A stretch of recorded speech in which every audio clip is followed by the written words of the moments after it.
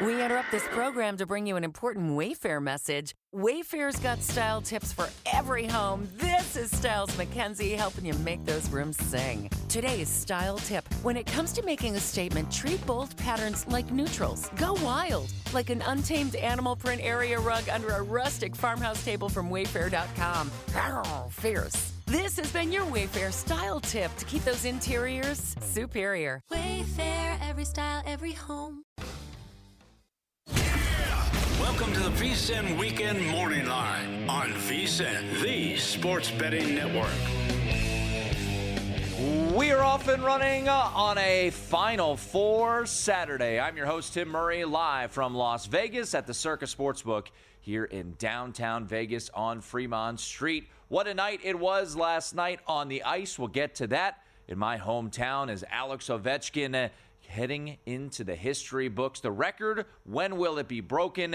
895 career goals. Tied the great one last night with 2 goals in the Washington Capitals' 5-3 win over the Chicago Blackhawks. Much more on that as the show moves on. But, as you know, 2 monster games today in the NCAA tournament. The Final Four, all 4 1 seeds in the Final Four for just the second time ever and the first time since 2008. First up, an SEC showdown between Florida and Auburn, and then it's Houston and Duke. So much for you guys today. We will have 2 picks from every contestant in the Circa College Hoops Challenge. Paul Stone, who is in first place, has been phenomenal, even though gave us a little bit of a crack in the window there in the Elite Eight, allowing maybe Jonathan Von Tobel a chance to catch him. We will hear from Paul Stone later on in this hour. We will hear from Jonathan Von Tobel as well on his selections. You'll hear from me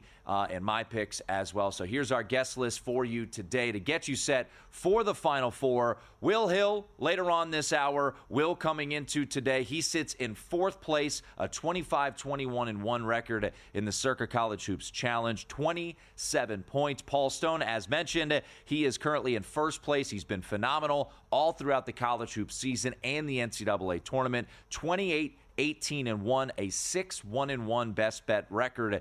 Jonathan Von Tobel in hour 2, and Matt Humans, the man who created this bad boy, in the final hour of the program. We'll also go behind the counter, check in with Chuck Esposito, and get a coach's perspective on the Final Four. Matt McCall, who is down in San Antonio, will get his thoughts on the 2 games today between Auburn and Florida, and of course Duke and Houston. You could chime in on Twitter. I'm at Tim Murray. We've got a little Twitter poll out there. Simply stated, what's your favorite side today? Is it Florida minus 2.5, Auburn plus 2.5, Duke minus 4, Houston plus 4? You can chime in at Tim Murray. Right now, as we've got 2 hours left in the poll, 33% of the folks chiming in, interestingly enough, like Houston plus the 5 the most. We'll get you betting splits and all the info that you need for those games. But let's start the show like we always do. It's a busy Saturday, so let's get you ready by setting the scene.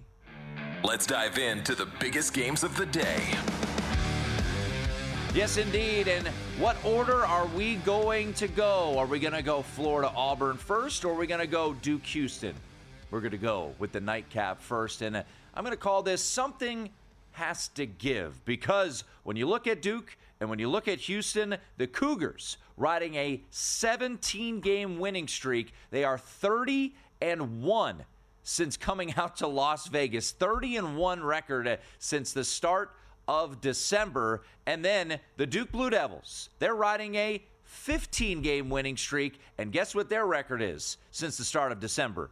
30-1. Math not a strength, but I can do this one for you. That is a combined 60-2 record since you got your advent calendars out back in early December. It has been remarkable to see these two teams play. Ran through their respective conferences. For Houston, it was the Big 12. 1 loss, it came in overtime.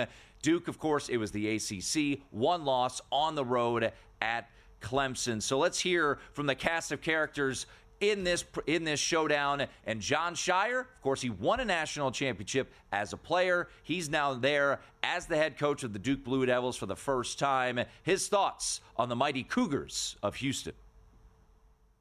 Any Coach Sampson team you talk about 5 guys moving as one on defense. They're the epitome of that. Whenever something's happening, you see 5 guys always moving. So the window of opportunity you have is smaller than normal regular game you play. I think the other thing, though, that their offense impacts their defense because their offense takes time, so it can grind you out.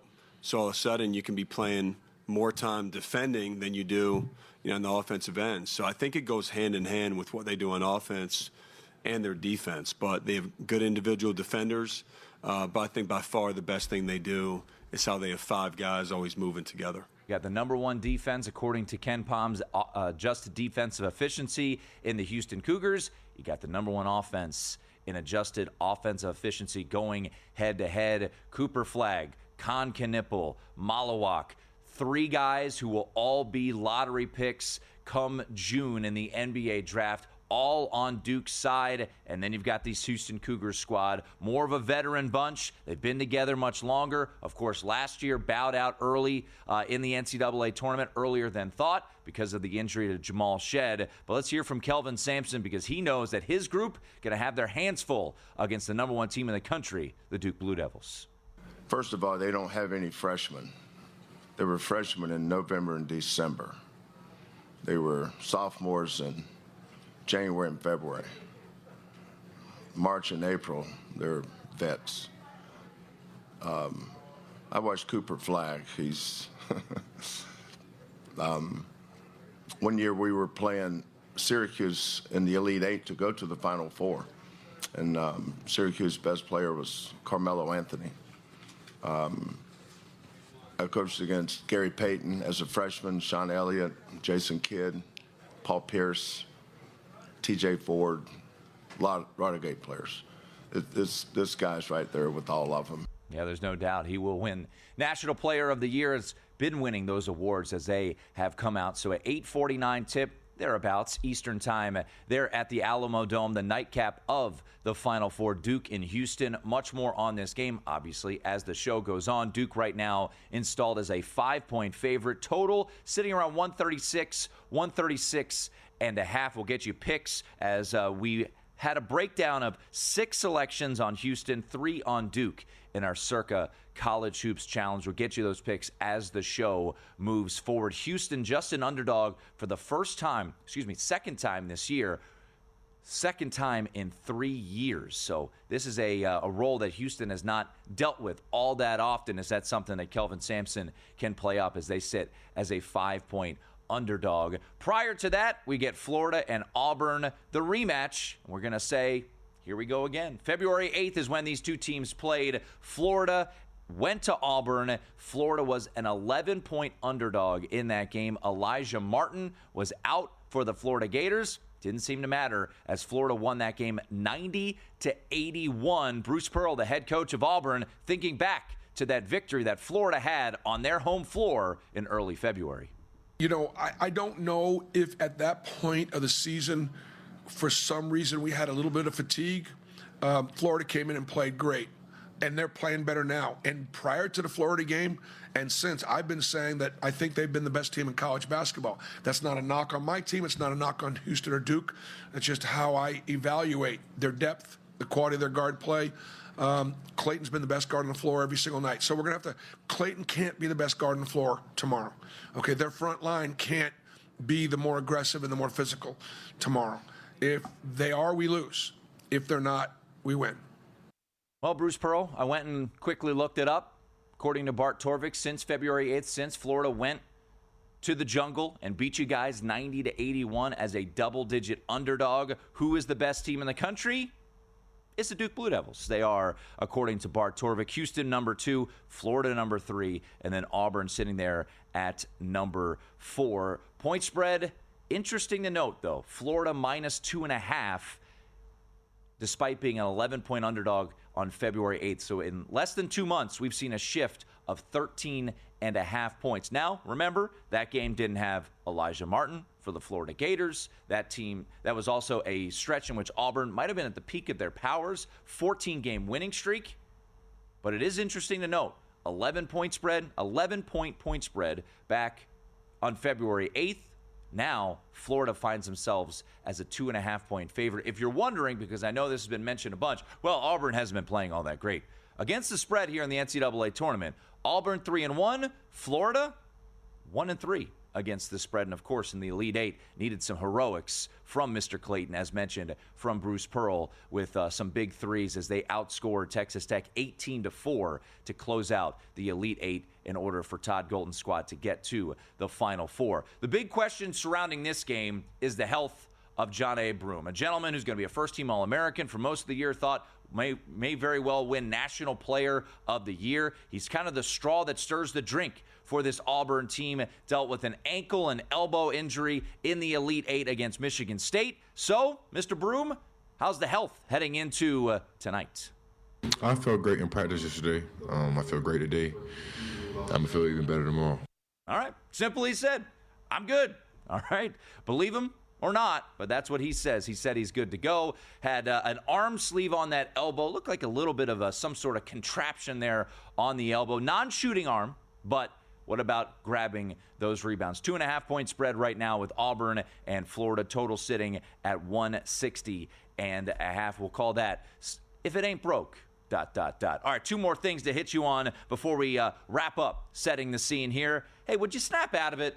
Dodgers and Padres, I mean, goodness gracious, bunch of losers the L.A. Dodgers and San Diego Padres are, as they both shockingly will not go undefeated. They both lost yesterday, so the Dodgers, riding a one-game losing streak, will look to bounce out of their said losing streak today against the Philadelphia Phillies, where it's about a pick-em between them and Philly. Aaron Nola on the hill for the Phillies. And the San Diego Padres also handed their first loss of the season yesterday. They are at Wrigley Field, where they are a slight dog with Nick Pivetta on the hill for the San Diego Padres. So, there you go, setting the scene for today. We will talk to Will Hill and Paul Stone later on this hour, get their thoughts on the Final Four. But before we move forward, we must take a step back.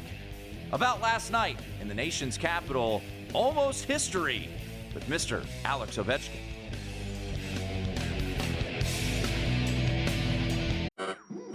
We interrupt this program to bring you an important Wayfair message. Wayfair's got style tips for every home. This is Styles McKenzie helping you make those rooms sing. Today's style tip: when it comes to making a statement, treat bold patterns like neutrals. Go wild, like an untamed animal print area rug under a rustic farmhouse table from Wayfair.com.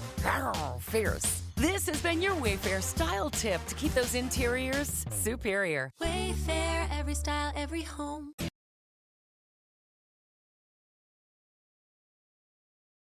You're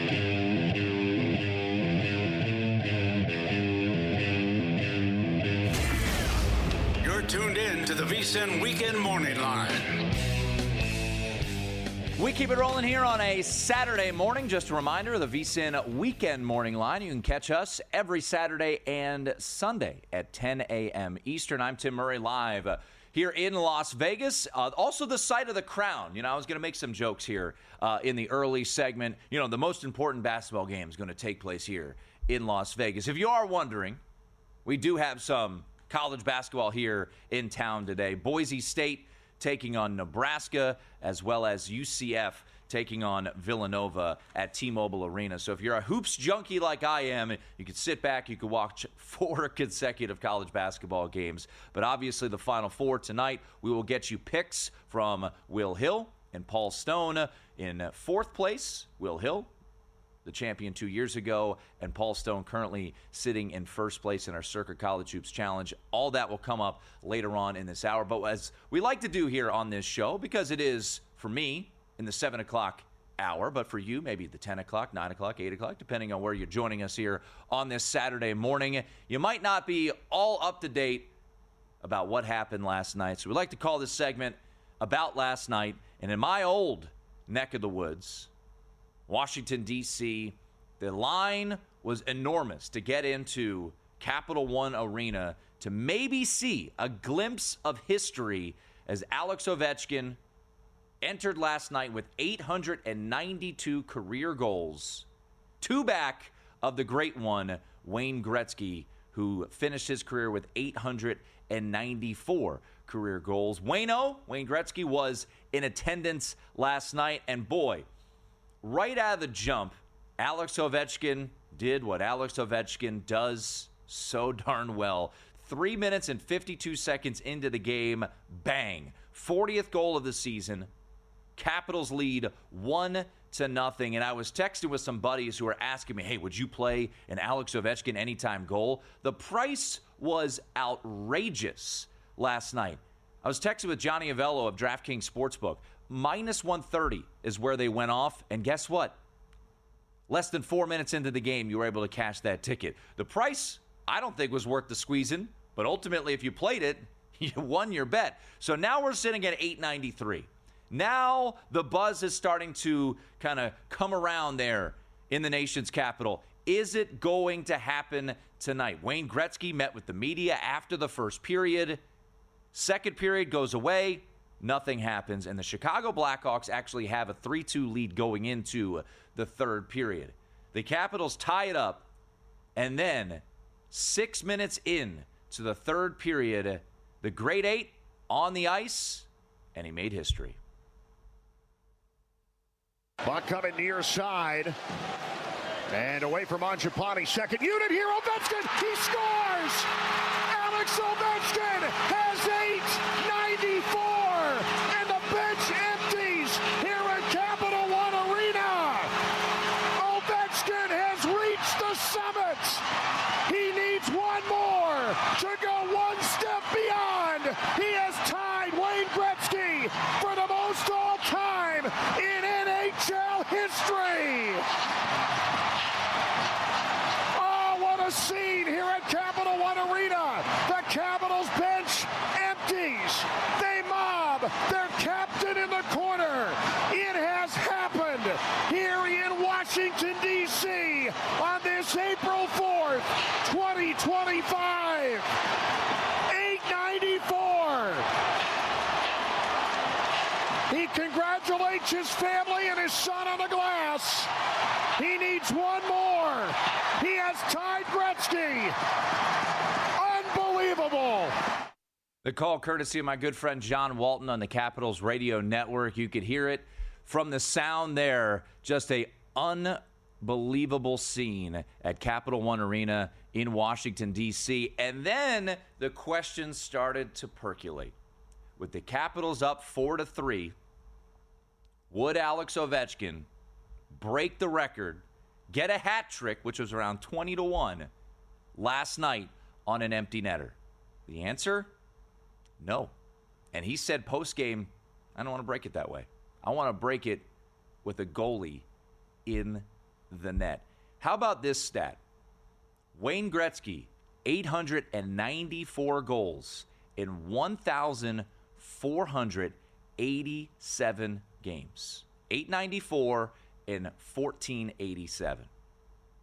Last night, Alex Ovechkin, 894th career goal, 1,486th game. You can't make this stuff up, man. 894 and 1,487 for the great one. 894 and 1,486 for the great eight. Let's hear from Alex Ovechkin following last night's record-setting night there in Washington, D.C. It's a special moment. It's great for hockey. It's great for D.C. It's great for all our fans. Do it here in Washington. Yeah, it was. It's fun, you know. It's fun. It's always pleasure to be in that category with those names. You know, yeah. Thank you, Wayne, for your support, for your kindness, and you know, it's great. By the way, he's sitting next to Wayne Gretzky there. If you didn't pick up on that, it was a joint press conference postgame. Oh, by the way, he set another record last night. Alex Ovechkin did with that goal. It was the game-winning goal. It was his 136th career game-winning goal, and that broke the record held by Jaromir Jagr. So he was tied with Jagr. He broke the record last night, and now a chance to break the all-time scoring record on Sunday afternoon in Long Island, or on Long Island, against the Islanders. Right now, DraftKings has Alex Ovechkin to break the record versus the Islanders, essentially an anytime goal at -120. And once again, worth noting, do not bet he will break it on an empty netter. He said it yesterday. He will not break it without a goalie in the net. Didn't want to do it last night, and he did not. So what a performance, what a night there in D.C. What a night by Steph Curry. Maybe not to the same level of the record-setting night we saw from Alex Ovechkin, but yet again, Steph Curry, he's stepped into or swimming in that fountain of youth as we saw his performance earlier this week dropping a 50-burger. I mean, it's been a year of the OG. I mean, you look at Alex Ovechkin, over 40 goals now at the age of 39, and Steph Curry last night for the Golden State Warriors in an important game in standing purposes. He drops 36 as the Warriors beat the Nuggets 118-104. He goes for 36 points. How about Jimmy Butler since joining forces with the Golden State Warriors, and when he and Steph Curry are in the lineup together, they are now 20-2 straight up. It is quite incredible what we've seen from those two together and what this Golden State team has done since Jimmy Butler has come along. And here's some numbers from Steph Curry over his last 3 games. 41.7 points per game, 5 rebounds per game, 6 assists per game. He is on pace for his most points per game over a month. He is on fire right now. And in the Western Conference, right now, the Golden State Warriors a half game back of the Denver Nuggets for 4th and a game back of the Lakers for 3rd. Speaking of the Lakers, an important one for them last night because they've got a 2-game set with the Thunder coming up here in just a matter of moments or later this week, and a Lakers 124-108 win last night. Luka Doncic goes for 35. LeBron goes for a ho-hum 27, and Austin Reeves finishes with 30. So just an impressive feat last night for the Lakers as they try to keep everyone behind them. But as mentioned, 2 games against the Thunder here coming up in just a matter of moments. Also on the floor last night, we saw both favorites, I know, shocker, win on the women's side to set up a South Carolina and UConn national championship on Sunday afternoon. UConn absolutely steamrolled UCLA 85-51. Gino Auriemma and the UConn Huskies headed back to another national championship. I don't think we made a mistake the entire evening, especially on the defensive end. And I'm just incredibly proud of these guys and what they were able to do, and how it was a complete team effort led by these 3, obviously. UCLA is just really, really good and really, really hard to play against. And it took everything we have, and I'm humbled by their performance tonight. UConn covered the 7. South Carolina won 74-57, covering the 5.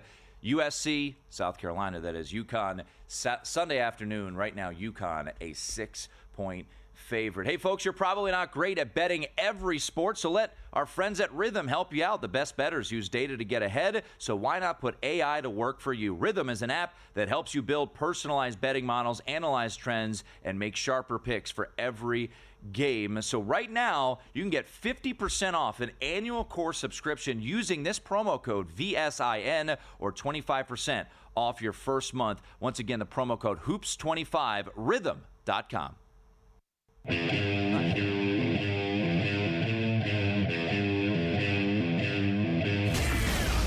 You're tuned in to the VSiN Weekend Morning Line.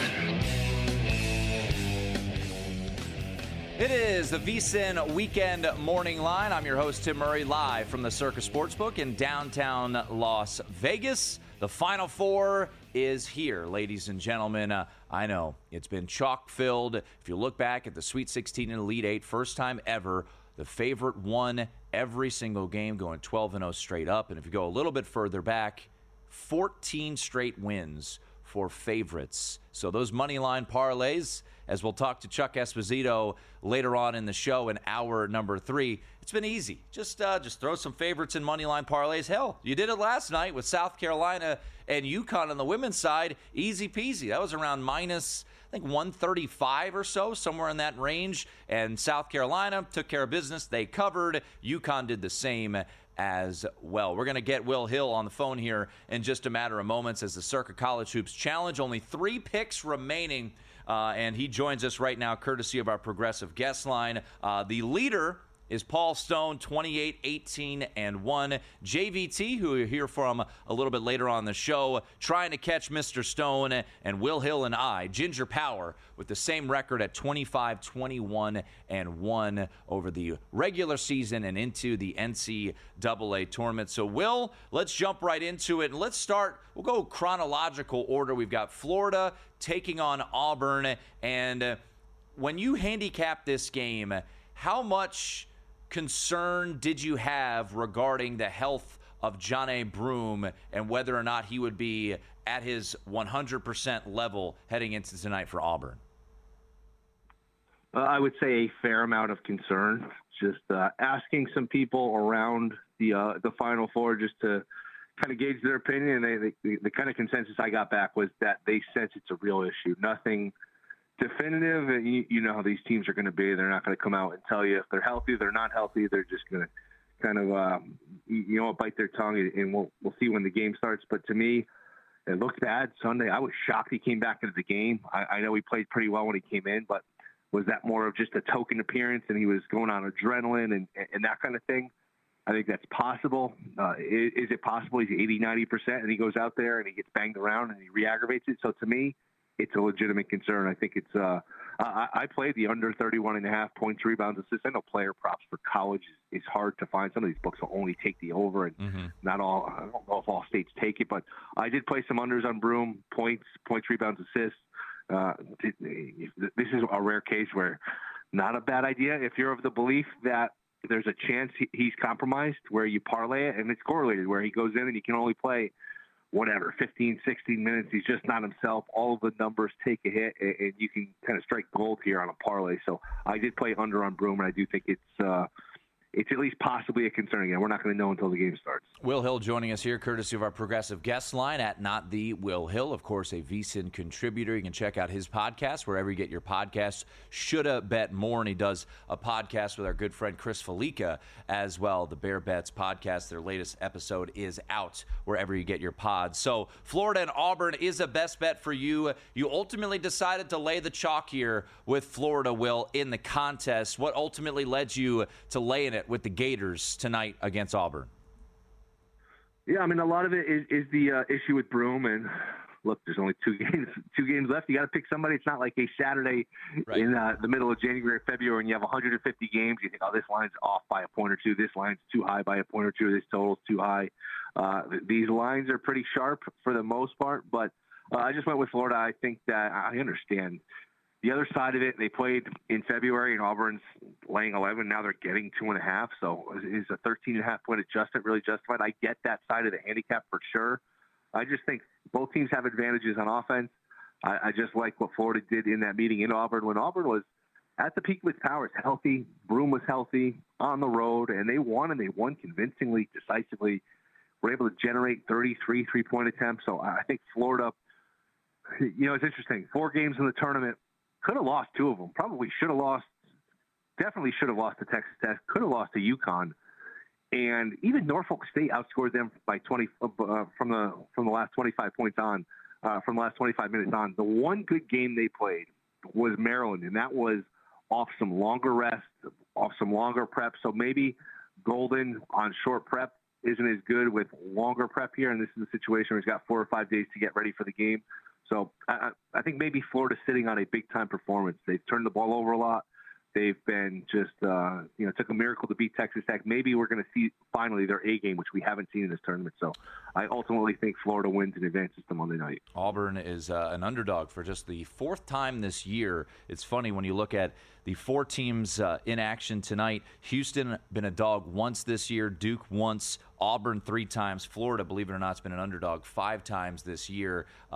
Florida 3-2 ATS as a dog. Auburn 2-1 ATS as a dog. Will Hill joining us here, courtesy of our progressive guest line. He is part of the Circa College Hoops Challenge, which we've been discussing since the start of February. And Will, with a strong 25-21-1 record, currently in 4th place. And his bet is on Florida -2.5. Your best bet, you're going head-to-head with me. So we have a little ginger power going against each other. You're going to lay the chalk here with the Duke Blue Devils against Houston. What ultimately led you to lay it with the Duke Blue Devils? Yeah, another situation where I understand the other side of the game. I understand the other side of the handicap where just from a numbers perspective, maybe this shouldn't be 5. It's inflated. You're paying a tax because it's Duke. You're paying a tax because the favorites have done so well in this tournament. You're paying a tax because UConn did so well the past couple of years, and people are getting flashbacks to UConn. That being said, I don't have it in me to step in front of this Duke train. Maybe that sounds square, maybe it is square. I just think Duke, what they did to Alabama defensively, to be able to disrupt Alabama's offense and keep them 8-32 from 3, hold them to 65 points, I think they can disrupt Houston's offense enough and then have enough firepower on the other end to eventually probably pull away with free throws. I do think if you like Duke, probably parlay to the over. If you like Houston, probably parlay to the under. I do think those are correlated. These teams met in the Sweet 16 last year, and I don't take a ton away from that game because Houston was beat up and Duke has a new team. But the one thing I would take away is that was an ugly, half-court, slow, low possession type of game. I could see a similar scenario here, especially if you like Houston, you like the under. The refs are going to be a major factor here with how they call the game. If every touch foul is called, that favors Duke. If they let them wrestle a little bit and basically play football, that favors Houston. I just think Duke is too good. They do remind me a little bit of UConn of last year and the past couple of years where, boy, these numbers seem high. Purdue versus UConn in the title game, that number seems inflated. UConn, Illinois in the Elite Eight, that seemed inflated. You know what? None of the numbers mattered. UConn just won and covered easily. Duke is just so good. They got the best player in Flag. Malawach, I think, is really underrated. Yep. I think it helped this team in the ACC tournament to not have Flag. Some other guys were able to develop. Not that I think they're going to win this game by 15 or 20 points, but I don't know, an 8, 10-point win, something like that. I think Duke eventually pulls away here. Talking once again to Will Hill, his picks once again: Florida -2.5, Duke -5. He is 25-21-1 in the contest, 27 points. He is a point back of me because of best bet record. So a big swing here for you and me, Will, because you are on Duke, I'm on Houston. So we'll see what ultimately comes of that. I'm curious, while we have you here in the final minute or so, if you look at most outstanding player, you know, Duke right now, depending on where you look, kind of -110, -105. Cooper Flag is +110. We talk all the time here at this network, especially when it was, Kansas City or even Philadelphia. Hey, man, you can get a little extra value if you bet the quarterback to win the MVP. Is that the same situation in your eyes with Duke? If you like Duke, would Cooper Flag make sense at +110, or is that a situation where you believe maybe you're getting too cute and someone like Con Knippel, who sits at 35-1, could ultimately win Most Outstanding Player of the Final Four? I think it's too cute. I think Flag will probably win. He's obviously rightfully favored, but for the extra $10 on your $100 bet, is it really worth it? No. In case Knippel has a big game again, it'll probably be Flag. The one guy I thought was interesting, Knippel's won at 35-1. I think Pettiford's in the 25-1 range. If you do believe that Broome is hurt and compromised here, but remember they won games without him in the regular season. Pettiford could be one that's interesting too in that I think 25-30-1 range. But no, I do think it's too cute here with Flag. Yeah, I totally agree with you. You could see a scenario. Look, Cooper Flag was the MVP, or excuse me, Con Knippel was the MVP of the Elite Eight game. So worth kind of keeping an eye on that. Will, always appreciate your help, man. And I would say best of luck, but I don't mean it in the contest. Timmy, that's not very nice, but I appreciate having me on anyway. Thank you. There he is, our good friend Will Hill. Hey, man, it's competition, baby. I don't want Will and I to go get him the victory, but he is on Duke. He is on Florida. Right now, if you're wondering, in the contest, 5 on Auburn, 3 on Florida, 3 on Duke, 6 on Houston in our competition there. Hey, folks, why don't you put your skills to the test in the Hoops and Horses Pick'em Challenge, brought to you by our friends over at First Bet. Sign up for free to play at vsin.com/hoop-and-horses and make your picks for today's marquee horse races and basketball matchups. Tops pickers will receive First Bet vouchers you can use to bet the upcoming races on First Bet, including the Kentucky Derby. Hurry up. You must be signed up by 3:30 Eastern today. VSIN.com/hoops-and-horses. Paul Stone, the leader in the contest, joins us next.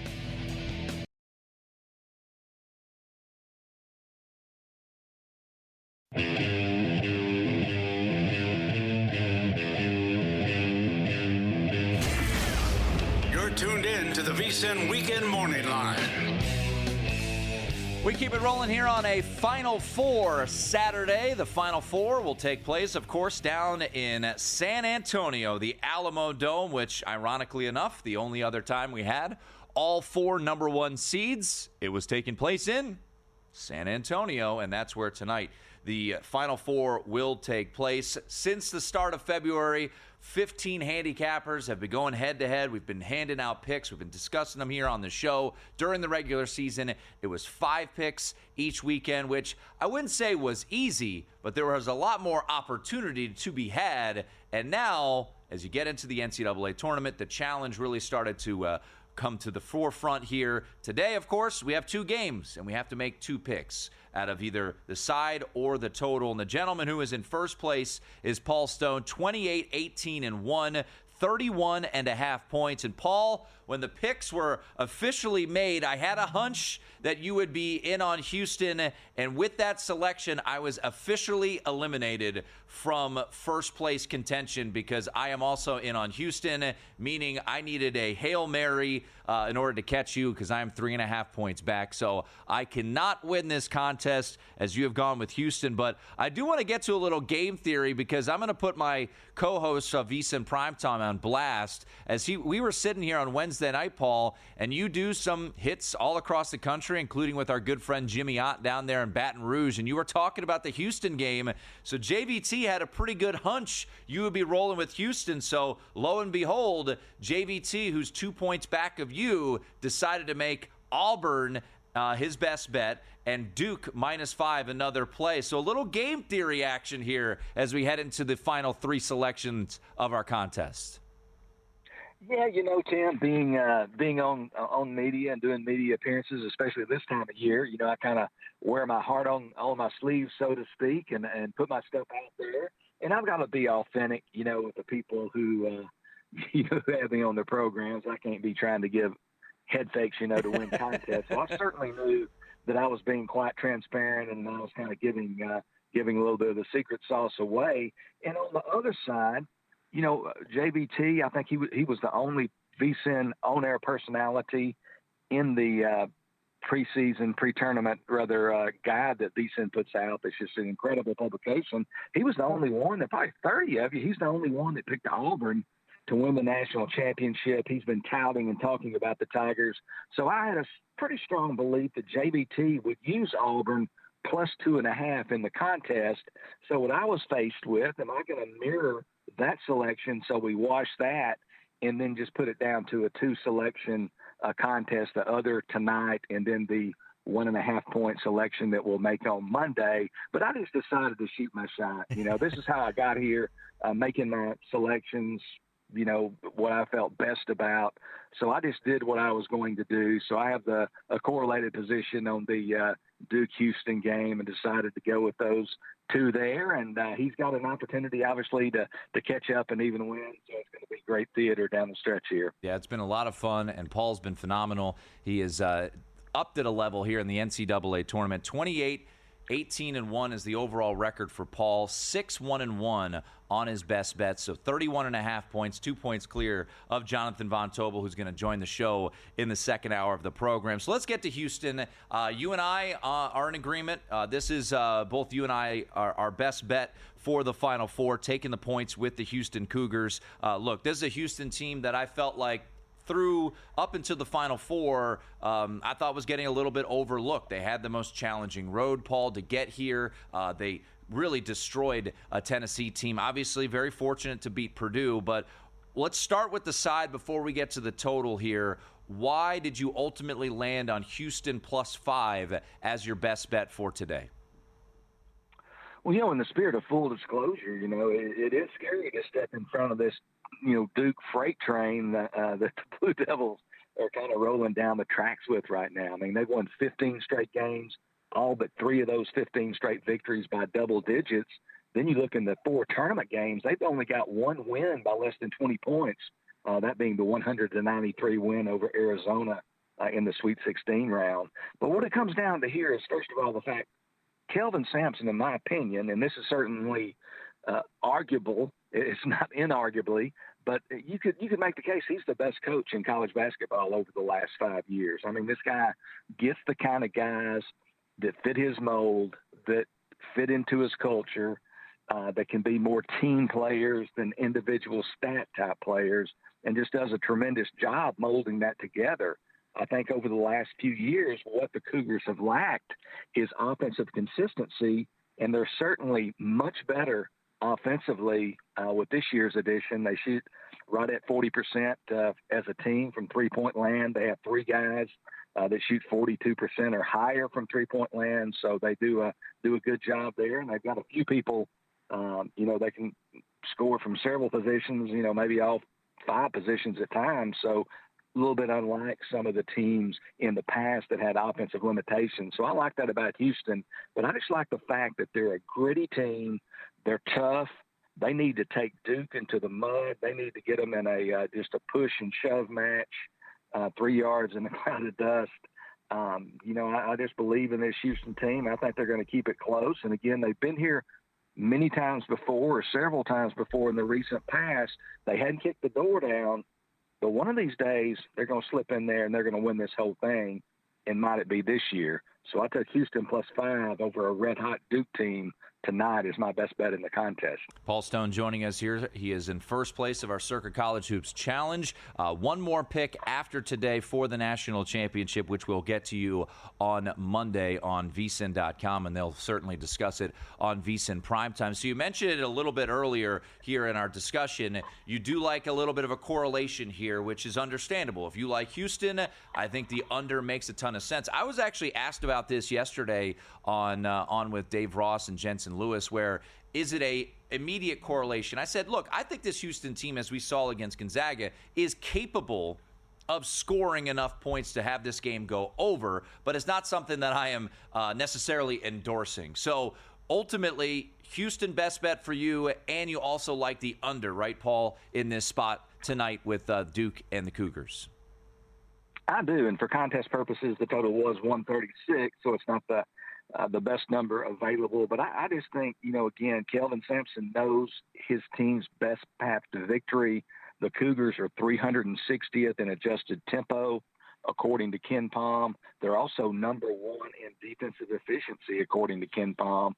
And as good as this Houston team is from the three-point line, again, 40% as a team from three-point land, Duke only allows 31% from three-point territory. So they defend the three-pointer very well. We saw what the Blue Devils did to Alabama. Alabama was off that historic performance from three-point line against BYU. They hit 25 of 51 versus BYU from three-point land. Against Duke, however, only 8 of 32. That game's still fresh on our mind. I mean, we saw Duke defend every three-point shot. They got very few good looks. They negated all the passing lanes. They just did a great job. They were very cognizant of the three-pointer. And certainly Houston, they're more selective in their approach to their three-point offense. They only take about 20 and a half three-pointers a game, whereas Alabama takes about 30 a game, but they still heavily rely on it. I don't think they're going to hit 40% their average from three-point territory against Duke. Probably in the low to mid-30s would be my best guess. But again, it's just going to be a low-scoring game. If Houston's going to win, they need to keep it in the 60s. They got to grind it out, win the turnover battle, and just get down and dirty. So I think Houston's going to, need a low-scoring game. So I took the under 136 and Duke Houston as my second pick in the contest. Paul Stone, first place, best bet, going with Houston plus the points. And then his other selection, he is rolling with the under 136. Hey, Paul, before we let you run, just quick thoughts, Florida and Auburn. I know no play for you in the contest. Any leans one way or the other for the Florida and Auburn game? Well, yeah, I'm leaning on the over. I know there's been a lot of play on the under, and a lot of people have talked about the sight lines at the Alamo Dome. For shooting purposes, these are obviously two very good offensive teams. But when they played the Final Four here 7 years ago in 2018, Villanova, of course, won the national championship, posted victories over Kansas and Michigan. They were a three-point shooting team, was Villanova. They were 28 of 67 from three-point land at the Alamo Dome 7 years ago, so 42% from three-point land. That's a small sample size, but maybe it won't be such an issue. I think this is going to be an up-and-down game. In Florida's last 11 games, they've all gone over the total. 11 straight overs, averaged 90 points a game during that span. I'll lean to the over in Florida-Auburn. Paul, appreciate it. Best of luck in the contest.